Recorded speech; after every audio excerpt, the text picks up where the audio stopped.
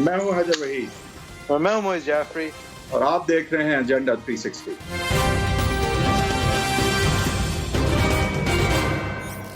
Welcome to agenda 360۔ آج بھی ہم کوشش کریں گے سمجھنے کی کہ اسحاق ڈار صاحب کیا سوچ رہے تھے اور کیا کرنے گئے تھے جب انہوں نے بی بی سی کو یہ انٹرویو دیا۔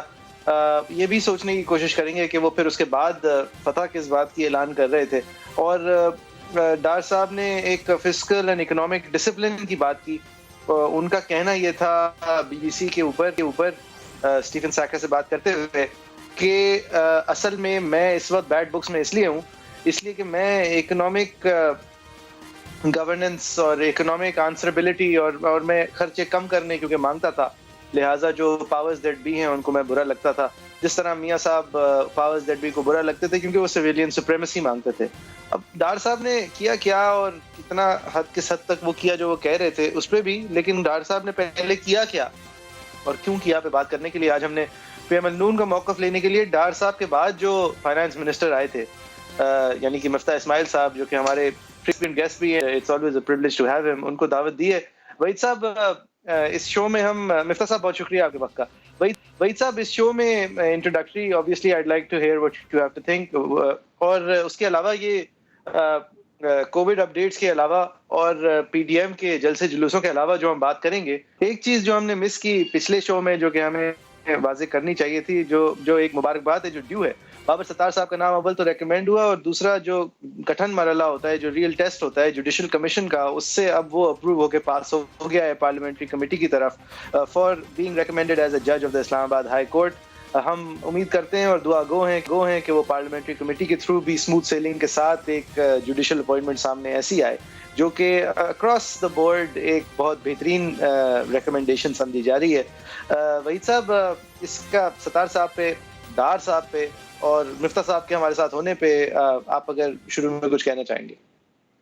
دیکھیں، مفتاح صاحب جو ہے وہ ڈار صاحب کے بعد جب آئے تھے اور انہوں نے آخری سال جس طرح سے گزارا، اور انہوں نے کافی آئی تھنک پذیرائی بھی حاصل کی، اور اکنامکلی آئی تھنک کہ جو بھی کمی بیشیاں جو ہیں وہ بڑھ کے نمایاں طور پہ سامنے آ رہی تھی ڈار صاحب کے ٹینیور کے بعد، اس پہ جو ہے جس حد تک ہو سکتا تھا میٹیگیٹ بھی کیا اور امپروو بھی کیا چیزوں کو، اور آئی تھنک کہ مفتاح صاحب جو ہے ان کا ٹینیور جو ہے وہ ایٹ لیسٹ میں تو بہت اچھی طرح یاد کرتا ہوں۔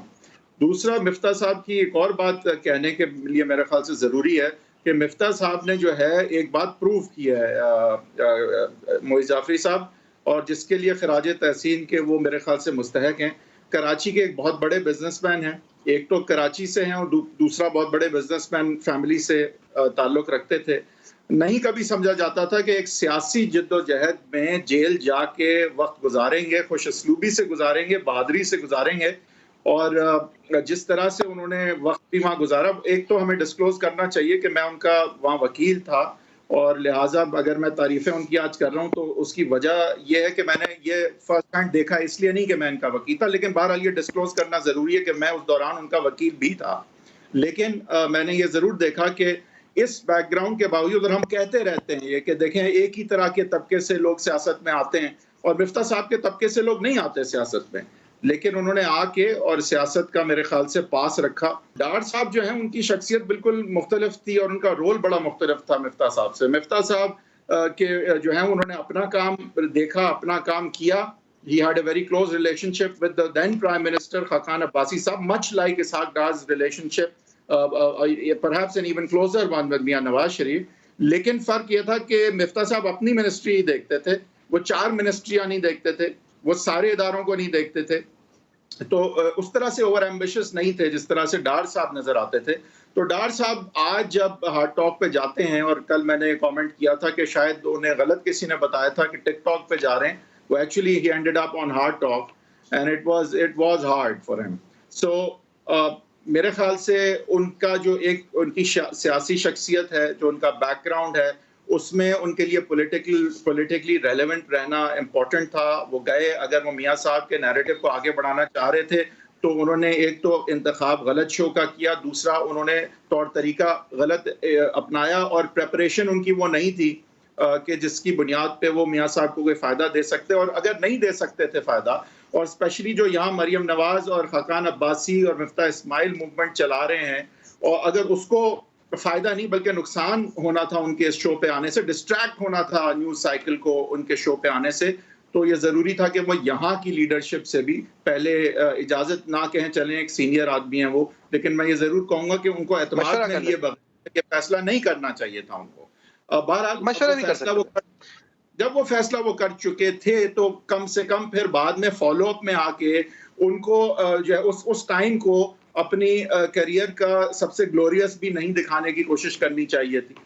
تو بہرحال دیکھیں یہ ایک ڈسٹریکشن ہو گئی پی ایم ایل نون کے لیے، ایک کہہ سکتے ہیں کہ جو اصل ان کا نقطہ اور نیریٹو ہے اور جو آگے اب لاہور کا جلسہ ہے جس پہ ایکچولی بات ہونی چاہیے، اس سے جو ہے بات ڈسٹریکٹ ہو کے وہی پرانی کرپشن اور پاکستان نہ آنا اور اپنی ہیلتھ کو استعمال کرنا، وہی سارے بز ورڈ جو پی ایم ایل نون آبویسلی اس وقت جو ہے اوائڈ کرنا چاہتی ہے، وہی نیوز سائیکل کا حصہ بن گئے۔ تو ایک آبویسلی امپروڈنٹ ڈیسیجن تھا، اس میں نہ سمجھداری تھی نہ یہ مناسب تھا، لیکن بہرحال غلطی انسان سے ہی ہوتی ہے۔ I don't mean to single him out, but having said that, it would have been nicer if he'd consulted, especially the leadership here in Pakistan, جن کو براہ راست سامنا کرنا پڑتا ہے، منہ دینا پڑتا ہے ان چیزوں کا، اور وہ ہیں جو یہاں پہ موومنٹ چلا رہے ہیں، مریم نواز کی قیادت میں چلا رہے ہیں، اور خاقان عباسی، مفتاح اسماعیل اس میں شامل ہیں۔ تو آج ہم یہ پوچھیں گے مفتاح صاحب سے، مفتاح صاحب ڈار صاحب سے بات شروع ضرور کریں گے، پھر آگے جلسے پہ آئیں گے۔ ڈار صاحب آپ جانتے انہیں، آپ نے انہیں سکسیڈ بھی کیا آگے، تو آپ کس طرح دیکھتے ہیں ان کے اس فیصلے کو کہ وہ آئے ہارڈ ٹاک کا انتخاب کیا، اینڈ ہارڈ ٹاک کے بعد nothing good really comes out of it for you, does it? Like, unless your name is Steven Sacker. Haider بھائی شکریہ، موہل بھائی شکریہ، and thank you for the kind introduction جو آپ نے میرے لیے کیا۔ دار صاحب کے اوپر تو آپ نے پوری چارج شیٹ لگا دی انٹرویو کے لیے۔ یہ تھوڑا سا آپ اس کو دیکھیں، میں اس کو ایک اصطلاح استعمال کروں گا وائٹ پریولیج کا، کہ اب انٹرویوز ہم دیتے ہیں، کبھی اچھے ہوتے ہیں، کبھی برے ہوتے ہیں، کبھی مشکل سوال ہوتے ہیں، کبھی آدمی کے ذہن میں کچھ بات نہیں آتی، لیکن اس کا اتنا پلے نہیں ہوتا۔ لیکن کیونکہ یہ ایک سفید آدمی نے، گورے آدمی نے انٹرویو کرایا، بی بی سی پہ انٹرویو ہوا، تو اس کو اتنا زیادہ پلے اپ ہو رہا ہے جسی کو انتہا نہیں۔ تو روز ہمارے بھی انٹرویو اچھے برے ہو جاتے ہیں، اس میں کیا بڑی بات ہے؟ ایک تو یہ میں بات کرنا چاہتا ہوں۔ دوسرا یہ کہ انٹرویو اگر آپ بہادری کو، ڈار صاحب کی بہادری کو میں یہ سلام تو کروں گا کہ آپ دیکھیں کہ خان صاحب نے پھر ایکولی مشکل انٹرویو جو ہے وہ حمزہ عباسی صاحب کو دینے کا فیصلہ کیا۔ اچھا، دوسری بات یہ ہے کہ دیکھیں ہماری پارٹی میں، جیسے میں آپ کے سامنے آج حاضر ہوا ہوں، تو کوئی کسی سے، ہم تو بڑے ڈی ریگولیٹڈ پارٹی ہیں، لیزے فیئر پارٹی ہیں، جس کو جدھر انٹرویو کرنا ہے کرے، اور ہم بالکل گھبراتے نہیں ہیں، کسی سے بھی کرنا چاہتے ہیں۔ یہ ہوا یہ کہ ایک دو میمز بنا لیے پی ٹی آئی والوں نے، ان کی میڈیا ٹیم کو میں سچی بات ہے کہ اپریشیٹ کرتا ہوں کہ انہوں نے ایک دو میمز بنا لی ہیں جو ڈار صاحب کی دکھا دی ہیں اور سب کچھ کر دیا ہے۔ لیکن اگر آپ، میں نے پورا انٹرویو نہیں دیکھا ہے، میں جھوٹ نہیں بولوں گا، لیکن اتنی ساری کلپس آ گئی ہیں، کچھ مسلم لیگ والوں نے بھیج دی، کچھ پی ٹی آئی کے دوستوں نے بھیج دی، مطلب اپنی اپنی سب نے اپنی اپنی ایک ایک کلپ نکال کے بھیج دی ہے کہ کلپیں ہی کلپیں چل رہی ہیں اس کی۔ لیکن seriously it was one interview, اور تو بات کا پتنگڑ بنایا جا رہا ہے۔ آپ کہنا یہ چاہ رہے ہیں کہ بات کا پتنگڑ بنایا جا رہا ہے، چلیں ایک آدھ سوال وہ نہیں دے پائے، لیٹس موو آن، آپ کا پھر یہ جواب ہے ویسے؟ اب میرا دیکھیں، میں ایک اور بات ڈار صاحب نے کہی تھی، انہوں نے پوچھا کہ بھئی آپ کی کتنی پراپرٹی ہے؟ انہوں نے کہا پاکستان میں میری ایک پراپرٹی ہے۔ اگر ڈار صاحب غلط کہہ رہے ہیں مثال کے طور پہ، چلو میں ایک سیکنڈ کے لیے مانتا ہوں کہ وہ غلط کہہ رہے ہیں، جبکہ مجھے یقین ہے وہ صحیح کہہ رہے ہیں، تو حکومت دکھا دے کہ دیکھو یار اسحاق ڈار جھوٹ بول رہا ہے، اس کی 2 پراپرٹیاں لاہور میں اور ہیں، 3 کراچی میں ہیں، 2 اسلام آباد میں ہیں، ایک 4 سدے میں، دکھا دے تو نہیں ہے نا۔ نہیں سر، بات یہ نہیں ہے، بات یہ ہے کہ ان سے پوچھا گیا تھا کہ آپ کی اور آپ کی فیملی کی کتنی پراپرٹیز ہیں، انہوں نے پہلے ہیج کیا، پھر انہوں نے کہا ایک، پھر اسی کے 2 سال بعد انہوں نے کہا کہ ایک میرے بیٹوں کے نام ہے جو دبئی میں ہے۔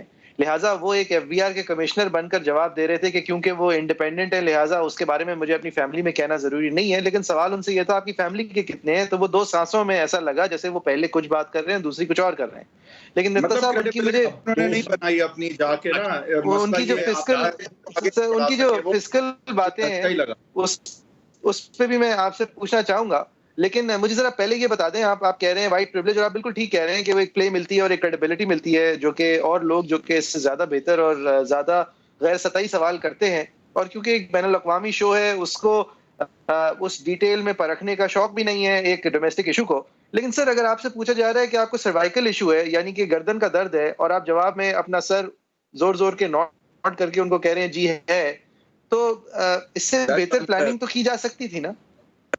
That's unfair, Mr. Jafri. یہی میں بات مجھ صاحب کے اب صفائی کے میں سچ بتا رہا ہوں. وہ گردن ہلا ہی نہیں سکتا بالکل, یہ ضروری نہیں ہے, تھوڑی بہت ہلا سکتا. کسی چینل پہ گیا ہوں, ایک میں نے یوٹیوب پہ انٹرویو تھے, 5 انٹرویو میں جو شروع ہوا ہے وہ پہلے 10 منٹ ڈار صاحب سے شروع ہوا ہے. مطلب مجھے یہ سمجھ میں نہیں آ رہی کہ یار ایسی کیا قیامت ٹوٹ گئی ہے, ایسی کیا وائٹ پریولیج ہے. مطلب مجھے آپ بتائیں کہ کون سا ایک پاکستانی انٹرویو ہوا ہے جس کا ہر اینکر جو ہے وہ چیز بات بھی بات کر رہا ہوں. مطلب سیریسلی میں آپ کو سچ بتا رہا ہوں, کیا حیدر وحید اور معیز جعفری جو ہے ان کو سمجھ نہیں آتی ہے چیزوں کی؟ کیا آپ لوگوں کو سیاست کے سوال پوچھنا نہیں آتے؟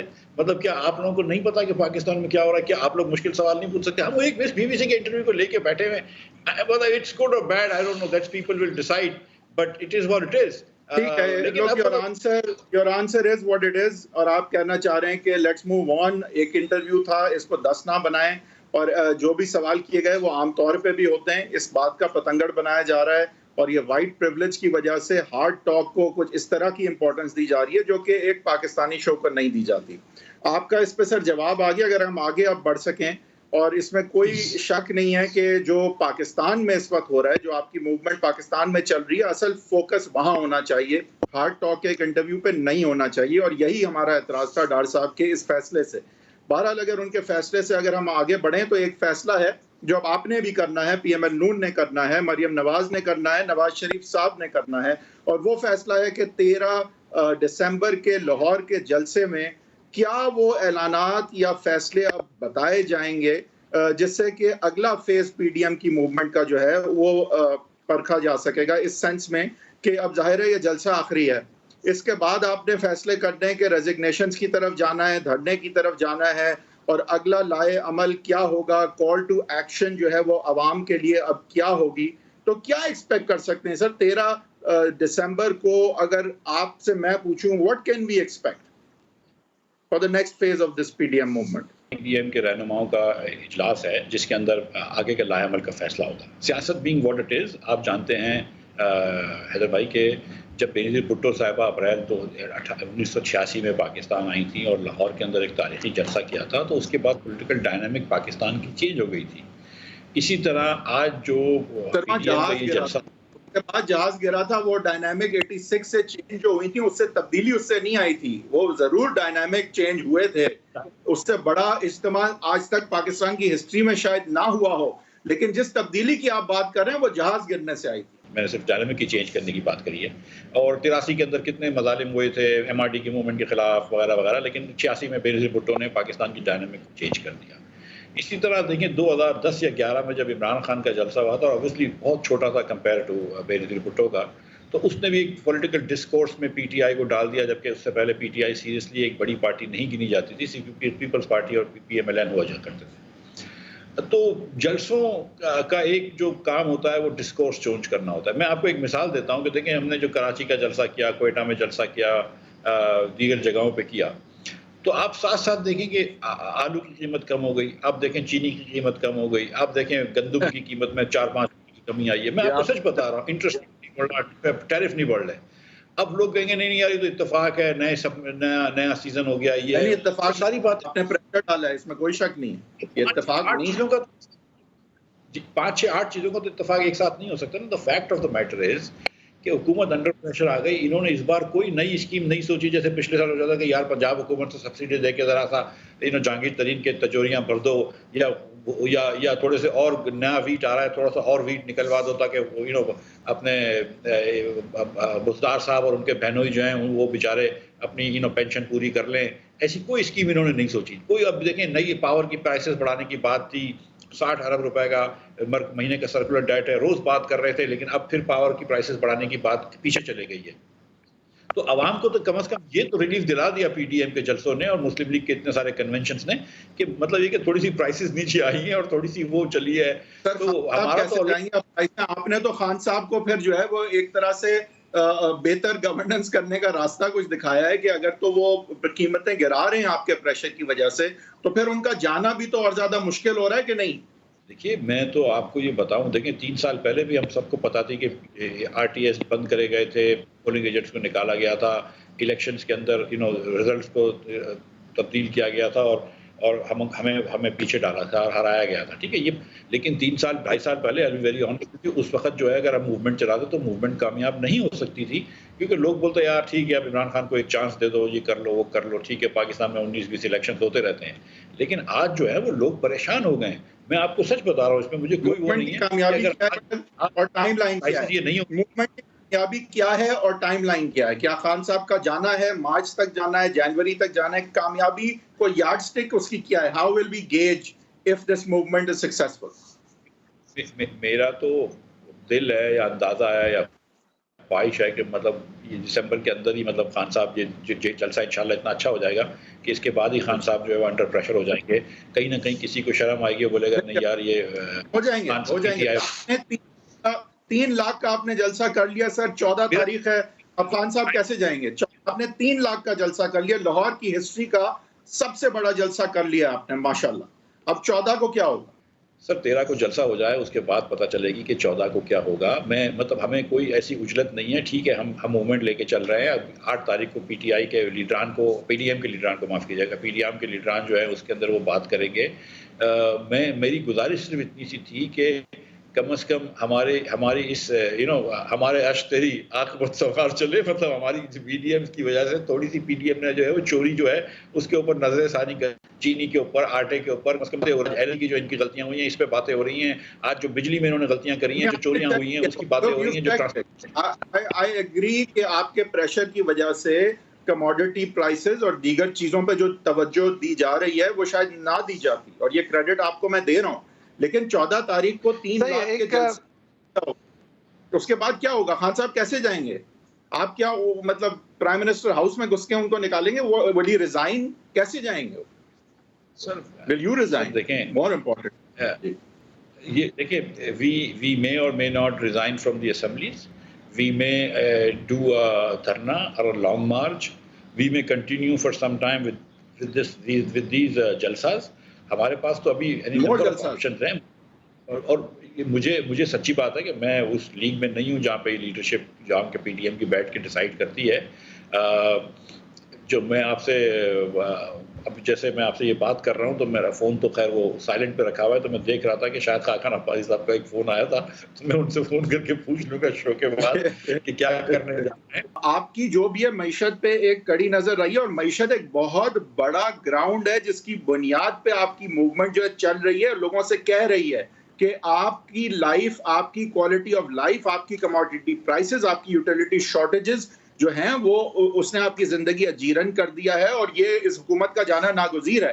تو ذرا سمجھائیں سر کہ اگر پرائسز اب گر رہی ہیں، ایکنامکس میں ہی سمجھائیں کہ آپ کی موومنٹ کو کس طرح ایکنامکس اب ہیلپ کرنے جا رہی ہے. آپ پرائسز جنوری میں کہاں دیکھ رہے ہیں؟ دسمبر کے اینڈ میں کیا وہ کیٹلسٹ ہوگا، چنگاری ہوگی جس کی وجہ سے خان صاحب کو جانا پڑے گا جس طرح آپ کہہ رہے ہیں؟ اکنامکلی کیا ہوگی؟ Very good question, thank you sir. دیکھیں ایک ادارہ ہے centre for economic research in Pakistan, یہ لمس کے اندر ہے، جس کے اندر 4 ریسرچرز نے ایک سروے کرا، جس کے اندر ایک یونیورسٹی آف مشیگن کی پروفیسر صاحبہ شامل تھیں، ایک میرے خیال سے کسی اور امریکن یونیورسٹی، پاکستانی لوگ جو کہ وہاں پہ پڑھاتے ہیں وہ شامل تھے، یونیورسٹی آف ایلینوائے کے شاید، اور 2 پاکستانی لوگ یہاں پہ تھے، لمس کے پروفیسر تھے، ریسرچرز تھے. انہوں نے ایک سروے کرا. تو انہوں نے جب پنجاب کا صرف سروے تھا، یہ Punjab obviously is the most economically advance province, تو انہوں نے یہ دریافت کیا کہ 21% لوگ سروے کا جو رسپانس دے رہے تھے وہ کہہ رہے تھے کہ ہم ان امپلائڈ ہیں. 21% لوگ، ٹھیک ہے. 38% ہاؤس ہولڈز نے کہا کہ پچھلے 6 مہینے میں ہماری ہاؤس ہولڈ انکم کم ہوئی ہے. 38% ہاؤس ہولڈز نے یہ کہا ہے، اور 11% سے اوسطاً ہاؤس ہولڈ انکم کم ہوئی ہے. 27.5% لوگوں نے پچھلے 6 ماہ میں کوئی ایک پیمنٹ مس کری ہے، یا کہ بجلی کا بل نہیں دے پائے ہیں، یا ٹیلی فون کا بل نہیں دے پائے ہیں، وغیرہ وغیرہ، یہ گیس کا بل نہیں دے کے آئے. 51% لوگ یہ کہہ رہے ہیں کہ ہم نے فوڈ میں کمپرومائز کیا ہے، ہم نے خوراک میں کمپرومائز کیا ہے، اور 13% لوگ یہ کہہ رہے ہیں کہ ہم پچھلے ہفتے کے اندر کوئی ضروری کھانا نہیں کھا سکے یا نہیں خرید سکے، یعنی کہ آٹا دال وغیرہ جو ہے وہ بھی ہم نہیں خرید سکے. یہ اسٹیٹسٹک ہیں.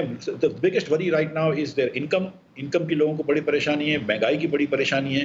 تو یہ جو انفلیشن کا پاکستان میں مفتی جو صاحب رواج انہوں نے معذرت ڈالا فتح کلامی کی، یہ نمبرز کیونکہ بہت آؤٹ اسٹینڈنگ ہے، لہٰذا میں آپ سے یہ بھی پوچھنا چاہوں گا، آپ نے نمبرز ایئر کر دیے ہیں تو ان کا سیمپل سائز اور سوالات کہاں کیے گئے تھے یہ بھی اگر بتا دیں پلیز.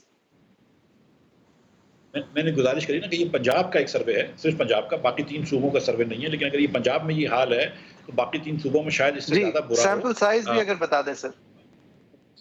یہ میں آپ کو سچ بتا رہا ہوں کہ مجھے سیمپل سائز نہیں پتا ہے، بٹ یونیورسٹی آف مشیگن کی اور لمس کے اور یونیورسٹی آف الینوائے کے پروفیسرز تھے جن اکنامکس آتی ہے، تو یہ میرے خیال سے غلطی نہیں کری ہوگی انہوں نے. میری ٹھیک ہے، نہیں گزارش، غلطی اور نہیں. علی چیمہ صاحب سے بات کری تھی، انہوں نے کہا this is a very carefully done survey.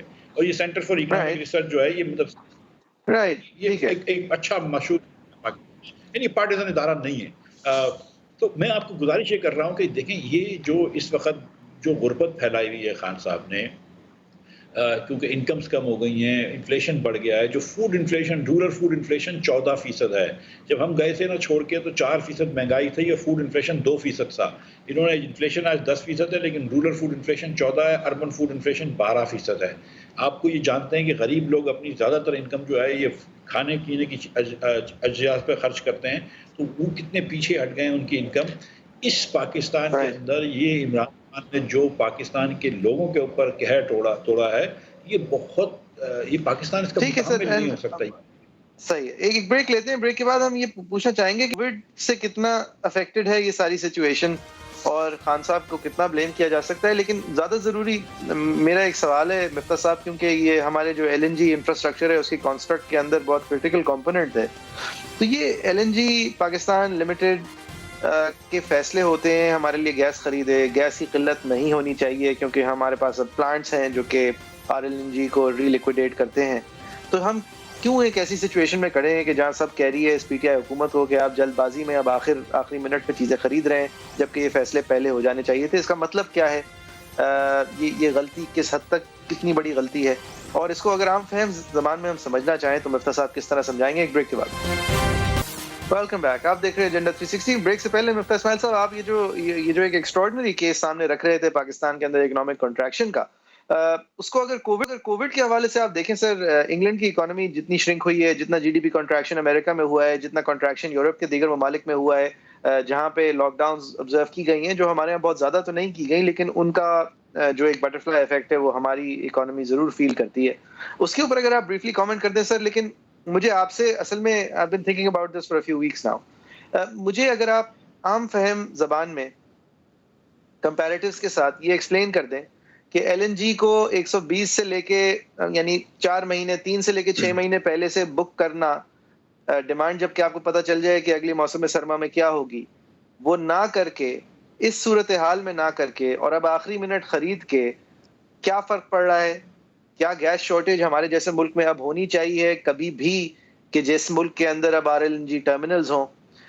کیا یہ نالائقی ہے؟ یہ سچویشن کیا ہے جس کے اوپر اتنی کنسسٹنٹلی رپورٹنگ ہو رہی ہے؟ جی آپ پہلے کووڈ کی بات کر رہے تھے تو اس کا میں بتا دوں کہ دیکھیں کووڈ کے اندر مارچ کے 15 دن 8 یا 10 دن مارچ میں اور اپریل کے کچھ دنوں تک پاکستان کی اکانومی جو تھی وہ کافی حد تک شٹ ڈاؤن میں تھی، اس میں کوئی ڈاؤٹ نہیں ہے. اس کے بعد اپریل کے بعد سے کھل گئی. میرا اپنا بھی کاروبار ہے، 15 دن مارچ کے فیکٹریاں بند کرنی پڑی تھی، اس کے بعد اپریل میں کرنی پڑی تھی، اس کے بعد سے حکومت نے کھول دی تھی. تو پاکستان کو جو اصل میں معیشت کو جو ٹھیس لگی تھی وہ مارچ اور اپریل کے کچھ دنوں تک تھی. مغربی ممالک میں ایک تو یہ کووڈ کا انفیکشن بھی زیادہ ہوا ہے، موت بھی زیادہ ہوئی ہے، پھیلا بھی زیادہ ہے، ان کی جو بھی امیونٹی کی ڈفرینٹ رسپانسز تھے، پاکستانیوں کے ڈفرینٹ رسپانسز تھے. لیکن ہم نے ادھر شٹ ڈاؤن بھی بڑے لمبے عرصے تک رہا گیا. تو کووڈ کے اندر جو حکومت کے فائنانسز ہیں وہ بہتر ہو گئے. 3 چیزیں ہو گئیں. ایک تو یہ کہ آئی ایم ایف نے ان کو $1.4 بلین اور دے دیے. دوسرا یہ G12 کنٹریز ہے، G30 نے، G20 کنٹریز نے، رچ کنٹریز کا کلب ہے، انہوں نے ان کے $1.8 بلین کی ری پیمنٹ جو ہے وہ ڈیفر کر دی، یعنی کہ اس کو اطلاع فوراً سے ہٹا کے پھر اگلے سال ڈال دیا. اور تیسری جو چیز ہوئی ہے وہ کہ کووڈ کی وجہ سے آئی ایم ایف نے اپنی کنڈیشنلٹیز آسان کر دیں، تو جس کی وجہ سے آپ جو ہے وہ بجلی کے اندر سرکولر ڈیٹ بڑھا رہے ہیں، ٹیکس پورا جمع نہیں کر پا رہے، لیکن آئی ایم ایف آپ کو کچھ نہیں کہہ رہا. ایشین ڈیولپمنٹ بینک اور ورلڈ بینک آپ کو لونز دیے جا رہے ہیں. تو حکومت کے فائنانسز کے اندر تو کووڈ سے ان کو بڑی ریلیف ملی ہے. لیکن عوام کی obviously وہ جو ایک مہنگائی کی جو ایک وہ آئی ہوئی ہے، لہر آئی ہوئی ہے، ایک ان امپلائمنٹ کی لہر آئی ہوئی ہے، اس کا مسئلہ ہے. دیکھیں اگر جی ڈی پی آپ کی پچھلے سال منفی گئی ہے، 0.4% منفی رہی ہے، اس کا مطلب ہے کہ کوئی جی ڈی پی گروتھ نہیں ہوئی اور جی ڈی پی سلو ہو گئی، اور مطلب جی ڈی پی کا حجم بھی کم ہوا ہے. اب آپ نے جب 2.5% لوگ اور ایڈ کر دیے پاکستان کے اندر، اگر آپ کے 15-20 لاکھ نوجوان اور لیبر فورس میں شامل ہو گئے تو ان امپلائمنٹ اور بڑھ گئی. ان امپلائمنٹ اور بڑھ گئی تو آپ کو اور مسائل پیدا ہوئے. پہلے سال بھی پی ٹی آئی کے جو تھا وہ صرف 1.9% گروتھ تھی. ہمارے یہاں 2.5% لوگ تو پاپولیشن ہماری بڑھ رہی. تو تینوں سال پی ٹی آئی کے، پچھلا سال، اس سے پہلا سال اور اس سال، یہ تینوں سال میں یہ پاکستانیوں کو اوسطاً 2-3% غریب کر رہے ہیں. پچھلے سال 3% غریب کیا، اس سال ڈیپینڈ کرتا ہے 1.5% غریب کریں گے، پہلے سال بھی 0.5% غریب کیا. تو جب مطلب جس ملک کے اندر آپ کی انکم اتنی کم ہو، اس میں آپ اور مزید غریب کر رہے ہو، تو وہ پرابلم تو ہوتا ہے. آپ دیکھیں نا کہ $312 بلین ہمارا جی ڈی پی کا حجم تھا، پورے پاکستان کی آمدن کا حجم تھا، وہ کم ہو کے $264 بلین ہو گیا ہے. تو یہ مسئلہ ہو گیا ہے. کرنٹ اکاؤنٹ کا انہوں نے سرپلس کیا، لیکن وہ صرف امپورٹ کم کر کے کیا، ایکسپورٹ ایک پیسہ نہیں بڑھی ہے. تو یہ اس کی وجہ سے لوگوں کی انکم اس لیے کم ہو رہی ہے. لوگ اس وقت جو سروے کے اندر کہہ رہے ہیں کہ ہماری انکم کا ہم کو مسئلہ ہے، سر یہ ہوا ہے. صحیح، آپ کی جی ڈی پی ٹھیک ہے، کیسے سے کم ہو رہی ہے. اب آتے ہیں ایل این جی. صحیح ہے. مجھے ایل این جی کا سمجھا دیں پلیز. دیکھیے ایل این جی کے اندر وہ کہتے ہیں نا کہ if you are in a hole stop digging, کہ اگر آپ گڑھے میں ہیں تو اور مزید کھودنا چاہیے نہیں چاہیے. حکومت کے وزراء کو یہ ایڈمٹ کر لینا چاہیے کہ ہم نے غلطی کر دی. آپ ایک چیز غلطی کرتے ہیں جب جون جولائی کے اندر، اپریل مئی میں ہسٹورک لوز پہ تھے ایل این جی، ٹھیک ہے، ہسٹورک لوز پہ ایل این جی تھی، آئل ہسٹورک لوز پہ تھا. اس وقت انہوں نے 2 سال کا یا 3 سال کا کانٹریکٹ کرتے تو ان کو $4 $3.5 کے اندر گیس مل جاتی اگلے 2-3 سال تک. انہوں نے نہیں کری. نمبر 1، ان کے پاس لیٹرز آئے ہوئے ہیں، میرے پاس بھی اس کی کاپی ہے. لیٹرز آئے ہوئے تھے ایک ٹریفک بیورو کمپنی نے کہ بھائی ہم سے $3.70 کے اپنے سارے قطر کے کانٹریکٹ بھی کنورٹ کرا لو اگلے 2 سال تک، 1 سال تک یا 2 سال تک. وہ انہوں نے نہیں کرے. پھر جب جون جولائی آیا اور آپ کو پتا تھی کہ آپ اگست سپٹمبر میں تو یہ کہہ رہے تھے، عمران خان صاحب نے کہا، ندیم بابر نے کہا کہ گورنمنٹ کی اندر گیس کی شارٹیج ہوگی. تو جب آپ کو پتا تھی کہ جون جولائی کے اندر کہ دسمبر میں آپ کو ڈیمانڈ ہے گیس کی، تو اس وقت آپ ٹینڈر شروع کر دیتے.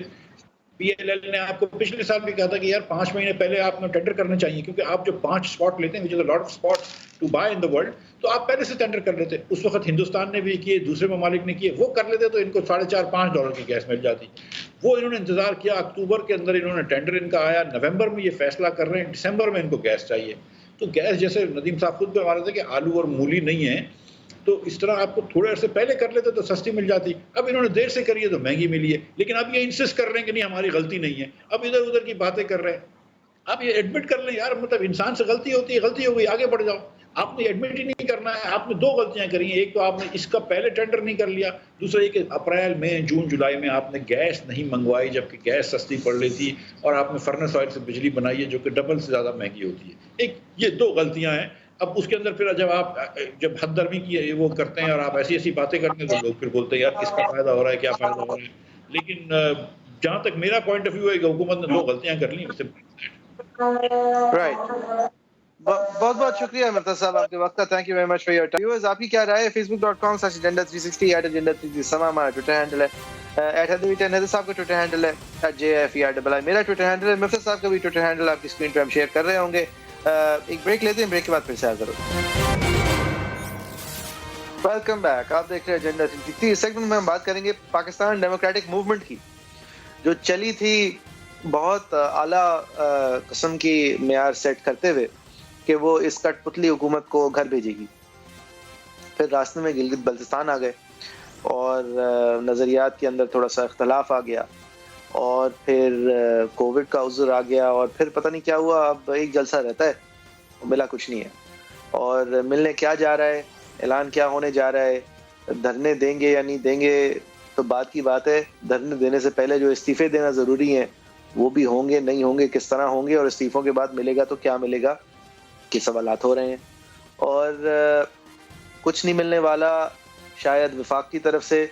پنجاب میں بزدار صاحب کو لے کے اپنے ساتھ واپس چلیں، جو کہ اسٹیبلشمنٹ بھی جس سے کچھ زیادہ ناراض نہیں ہوتی، وہ بھی اگر شروع میں اس بات کے آپ یہ نیگوشیٹ کر لیتے تو یہ تو مل ہی جانا تھا. اب یہ قیاس رائے ہے. ساتھ ہیں ہمارے سیگمنٹ میں نعیم اشرف بٹ صاحب. بٹ صاحب، آصف علی زرداری صاحب اور نواز شریف صاحب کی آپس میں گفتگو ہوئی ہے کیا سچویشن ہے، اب کہاں کھڑے ہیں ہم کہ ہم بڑا شور مچائیں گے، کریں گے کچھ بھی نہیں اور پھر گھر چلے جائیں گے. اور بہت شکریہ آپ کے وقت کا. Thank you very much for your time. وہی صاحب، میاں صاحب جو ہے زیادہ رابطے ہو رہے ہیں وہ میاں صاحب کی طرف سے زرداری صاحب سے ہو رہے ہیں، اور انہیں کنونس کیا جا رہا ہے جو انتہائی قدم جس کو کہہ لیں جمہوری جو احتجاج ہے وہ ہے ریزگنیشنز. کیونکہ پیپلز پارٹی کی سندھ میں حکومت ہے، اے پی سی میں بھی انہوں نے اس پر ریزگنیشن پر ریزرویشن ظاہر کی تھی، اور مختلف اوقات میں وہ لگ رہا ہے کہ وہ راضی نہیں تھے. لیکن اب تھوڑی سچویشن مختلف جو بڑے رہنما ہیں دونوں جماعتوں کے وہ بتا رہے ہیں کہ سچویشن اس حد تک ہو گئی ہے کہ جو میاں صاحب کا آخری رابطہ 2 دن پہلے زرداری صاحب سے ہوا، اس میں وہ کسی حد تک ان کو زرداری صاحب کو میاں صاحب کنونس کرنے میں تھوڑی سی انہیں کامیابی ضرور ہوئی ہے. اور یہ مسلم لیگ نون کے جتنے بڑے ہیں ان سب کا یہ کلیم ہے. اس کی وجہ یہ ہے انہوں نے بتایا ہے جس طرح جج کہ بحال کرنے کے رضامند کروا لیا تھا زرداری صاحب کو، پھر انہوں نے کہا کوئی قرآن حدیث نہیں تھی جو میں نے کہا تھا، تو اس طرح کی رضامندی ہے یا ممکن ہے وحید صاحب وہ آصف علی زرداری صاحب کہہ رہے ہوں کہ وہ پی پی پی کی کو چیئرمین شپ سے استعفیٰ دے دیں؟ سوال ہی نہیں پیدا یہ ہوتا. ابھی اس کو تھوڑا سا ہمیں جی اس کو یہ کہا جا سکتا ہے، مکمل تو میں نے یہ کہا بھی نہیں اور یہ ابھی ہے بھی نہیں، کوئی نہ فیصلہ ہے نہ مکمل رضامندی ہے. مسلم لیگ نون کا یہ خیال ہے کہ کسی حد تک میاں صاحب کو تھوڑی کامیابی یہ ہوئی ہے کہ مثال کے طور پہ میاں صاحب نے انہیں 2 ہیں بہت بڑے ان کے سوال ہیں پیپلز پارٹی کے. ایک تو وہ کہتے ہیں کہ ظاہر ہے سندھ میں حکومت ہے اور ابھی 2-2.5 سال ہیں اور وہ کیوں کریں، تو اس پر میاں صاحب نے انہیں بار بار یہی کہا ہے کہ ہم یہ تو نہیں کہہ رہے کہ الیکشن میں جانا ہی نہیں، جیسا کہ 1985 کی مثال زرداری صاحب دیتے ہیں کہ وہ غلطی ہوئی تھی. انہوں نے میاں صاحب نے کہا ہے کہ وہ نہیں ہوگا، ہم نے الیکشن لڑنا ہے اور آپ دوبارہ سندھ میں حکومت میں آ سکتے ہیں اور زیادہ بہتر آئیں گے. دوسرا ان کو ریزرویشن ہے پیپلز پارٹی کو کہ وہ سینٹ کے الیکشنز میں 16 فلائٹ مل جائے گی، اور اس ابھی تو میجورٹی سینٹ کے الیکشن میں بھی ان کا یہی سینٹ کے الیکشن پر بھی یہی دلیل میاں صاحب کی طرف سے انہیں دی گئی ہے کہ جب الیکٹورل کالج پورا ہی نہیں ہوگا، یعنی اگر ایک صوبے کی اسمبلی نہیں ہوگی تو وہ کیسے ہوں گے، یہ آپ اس کی بھی فکر نہ کریں. تو زرداری صاحب نے انہیں کہا ہے کہ پھر مجھے مشاورت کرنے دیں اپنی پارٹی سے. اس سے پہلے اس پر مشاورت کے لیے راضی نہیں تھے زرداری صاحب، اتنی رضامندی ضرور ہے. یعنی اس سے پہلے اے پی سی میں سب کے سامنے اس کو ہم اپنی وکالت میں ایڈجرنمنٹ لینا کہتے ہیں. جب ہم کہتے ہیں نا ہم اپنی پارٹی سے ذرا مجھے اپنے کلائنٹ سے کرنے دیں، مجھے اپنے پارٹنر سے ذرا مشورہ کرنے دیں، تو ہم ایڈجرنمنٹ لے رہے ہوتے ہیں ویسے. جی کتاب گھر پہ بھول گیا ہوں. ایڈجرنمنٹ اس لیے اس کا فرق ہے. آپ دیکھیں اے پی سی کو تھوڑا یاد، اگر آپ اے پی سی کو یاد کریں گے تو وہاں پر کلیئر تھے دونوں، بلاول بھٹو زرداری بھی اور آصف علی زرداری. انہوں نے بلکہ بہت زیادہ رزسٹ کیا، دلائل دیے تھے کہ یہ ہم نہیں کرنا چاہتے، اس سے غلط ہو، اور انہی کی رزسٹنس کی وجہ سے استعفے جو تھے اس کو آخری آپشن بھی رکھا گیا اور ساتھ اس کا وقت بھی نہیں بتایا گیا اور کہا کہ یہ بعد میں ڈیسائیڈ کریں گے. لیکن اب اتنا فرق ضرور ہے کہ وہ مشاورت پہ آ گئے ہیں. وہ تو پہلے مشاورت پہ آ ہی نہیں رہے تھے، وہ کہہ رہے ہم نے ٹھیک ہے بٹ صاحب یہ تو تھوڑی بہت چلیں، یہ آپ کی نظر میں تھوڑی بہت موومنٹ ہے اور ہے تھوڑی بہت موومنٹ، لیکن یہ اتنی موومنٹ ہے کہ میاں صاحب جو ہیں وہ ذرا تھوڑا دور ہو جائیں کہ تاکہ ان کو دھکا دینے میں آسانی ہو. بہرحال یہ میری رائے ہے. مجھے ذرا یہ بتائیں بزدار صاحب کو لے کے جا رہے ہیں پھر کر کیا رہے ہیں پی ڈی ایم والے؟ کچھ ملنا ہے، مطلب کوئی مڈل گراؤنڈ ہے؟ اندر کی خبر بتائیں بٹ صاحب. نہیں، بزدار صاحب تو اب بزدار صاحب وہ بالکل نشانہ ہی نہیں ہے. اب دیکھ لیں بڑے سکون میں ہیں. نشانہ اب تو سیدھی خان صاحب کی بات ہو رہی ہے اور وہی ہیں.